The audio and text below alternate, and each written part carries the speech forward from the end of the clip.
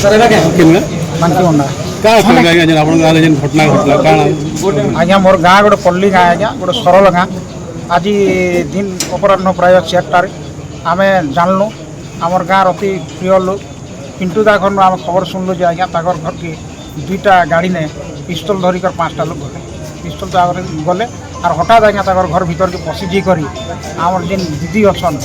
घंटी देवा दुईटा वाइफ छाती रे पिटा पिस्तल रखले आज्ञा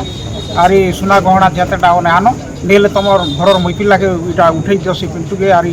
घंटी के ताके समन के आम गुली कर उड़े दो बोलिक से कहले जेडे बेले आमर गाँ ने खबर शुणलु आम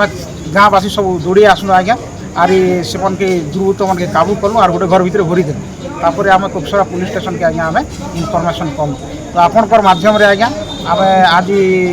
थाना प्रांगण में उपस्थित अच्छे जनावाके चाहूँ से मैंने आज्ञा आम एंता अपराधी दुर्बृत्त मन के आज्ञा आम जेन एफआईआर लिखीचु से एफआईआर अनुसार आज्ञा आरी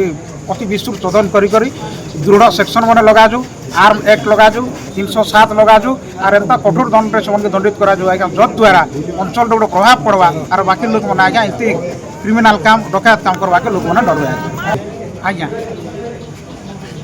धर्मगढ़ गोटे है आज्ञा